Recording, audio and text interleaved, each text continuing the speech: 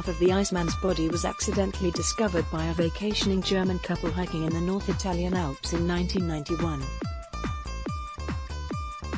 Ötzi was found with a dagger, borer, flake, antler retoucher and arrowheads, but some of the stone was collected from different areas in Italy's Trentino region, which would have been about 43.5 miles from where he was thought to live.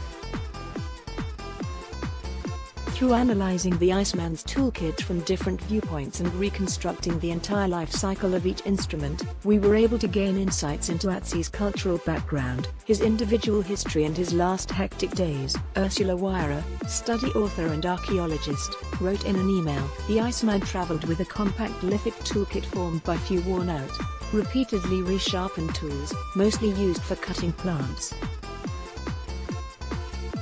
Ötzi was a right-hander and had a quite good skill in pressure flaking by using his own functional retoucher. And when compared with artifacts recovered from the Copper Age, when the Iceman lived, it appears that his tools were stylistically influenced by other alpine cultures. Clearly, the 46-year-old Iceman, who lived in the South Tyrol region of northern Italy between 3130 and 370 BC, survived by staying on the move. That is, until he was violently killed. These new findings add to the wealth of knowledge we've gained about this mysterious figure. Here's what else we know about the Iceman and how he was killed.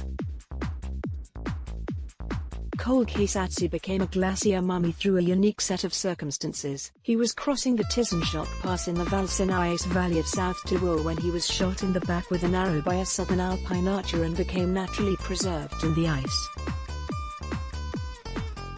Ötzi, his clothing and his tools were remarkably well preserved. The arrowhead is still embedded in his left shoulder and wasn't found until 2001. He would have bled out and died shortly after because it pierced a vital artery. There is also a wound on the back of his head, but that may have occurred when he fell after being struck by the arrow. A cut on his right hand, indicating hand-to-hand combat, never had a chance to heal before he died. This means that conflict happened before he was shot, perhaps hours or days before, and may have led to the second conflict that killed him. The injury to his right hand would have made it difficult for Ötzi to prepare his weapons in case of another attack. This is most likely why the bow and arrows found with him were unfinished, to replace ones that were lost or damaged in the previous conflict. But the motive for his killing is unclear, because he was found with a very valuable copper axe. It is the only one of its kind ever discovered and could have functioned as a weapon and tool, as well as a status symbol. During the Copper Age, copper axes were owned by men of rank and buried with them. Copper was the first metal used to make weapons and tools. During the Copper Age, metal was extracted and smelted, creating new trades and professions. This increased long-distance trade, boosted exchanges among cultures and led to the rise of new social groups. Since 1998, Ötzi and his artifacts have been on display at the South Tyrol Museum of Archaeology in Bolzano, Italy. He was nicknamed Ötzi because he was found in the Ötztal Alps of South Tyrol. His clothing, made from leather, hide, braided grass and animal sinews, provides a unique window into the past because other clothing from that time has never been recovered. His hide coat, leggings, loincloth, belt, fur shoes and bearskin cap would have kept him warm in the cold, wet climate.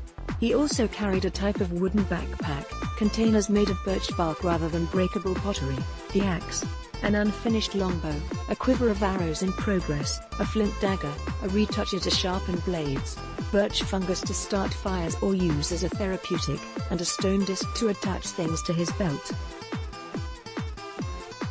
One of the most studied mummies, Ötzi, was briefly thawed out in 2010 so researchers could take tissue samples, and remarkably, he was so well preserved that red blood cells were recovered. His nuclear genome was isolated in 2011. This revealed not only his blood type but his ancestry, appearance, medical conditions and predispositions to disease.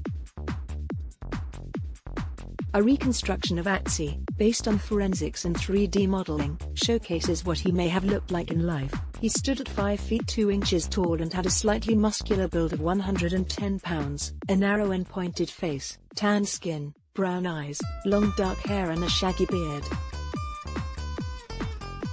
His blood type was O positive, and he was lactose intolerant. Atsi had a high risk of cardiovascular disease and traces of Borrelia, tick-borne bacteria that cause Lyme disease, in his genome. Bacteria in his stomach could have led to stomach ulcers. He had intestinal whipworms. His age was considered old at the time, and he probably had arthritis. There are tattoos all over his body, specifically in places that might be considered therapeutic for someone with arthritis, especially because they couldn't be seen if he was clothed. On his father's side, Atsi had common ancestors with those who lived in Sardinia and Corsica and migrated to Europe from the east. His mother's side could be traced to a population from the Central Alps that doesn't exist anymore. His last meal, most likely an hour before his death, included grain and ibex and deer meat. But many questions remain. What was his occupation? Why was he nomadic during a time of settlements? Why was he killed? The ongoing investigation into Atsi may uncover those answers in the future.